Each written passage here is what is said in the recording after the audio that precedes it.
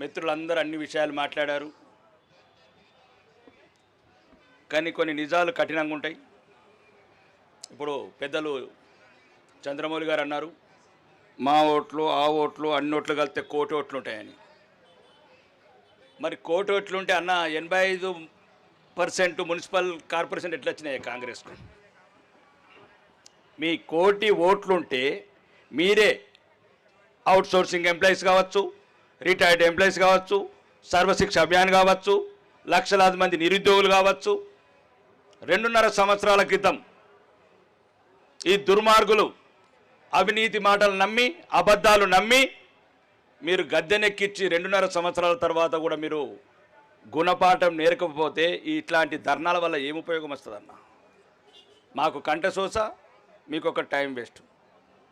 నేను చూశాను ప్రచారంలో రిటైర్డ్ ఉద్యోగులే చేతికోటు ఏమని తిరుగుతున్నారు. ఎందుకు వేయాలి చేతికోటు అని అడగండి. రిటైర్డ్ ఎంప్లాయీస్ని ఎందుకు వేయాలి చేతికోటు?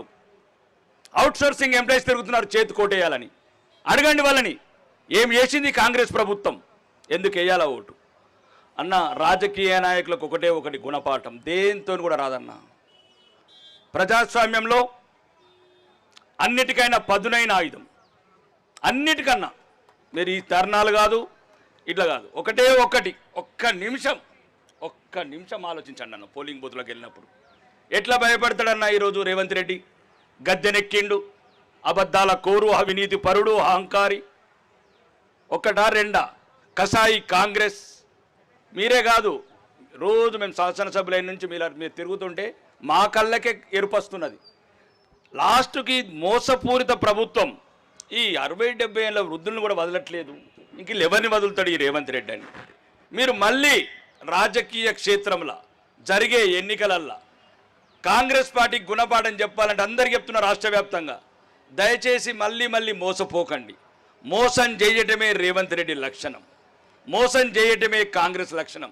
ఈరోజు మదిరెడ్డి వాసులు కావచ్చు, ఖమ్మంలో కావచ్చు, కసాయి కాంగ్రెస్ గుండెలేని ప్రభుత్వం. ముఖ్యంగా మీ రిటైర్డ్ ఉద్యోగులకు చెప్తున్నా, దయచేసి మీరు ప్రజల్ని చైతన్యపరచండి. ఎందుకు ఈ రేవంత్ రెడ్డి కాంగ్రెస్ ప్రభుత్వం మోసం చేస్తుంది? మీలాంటి చైతన్యవంతులు, మీలాంటి చదువుకున్న వాళ్ళు 35 ఏళ్ళు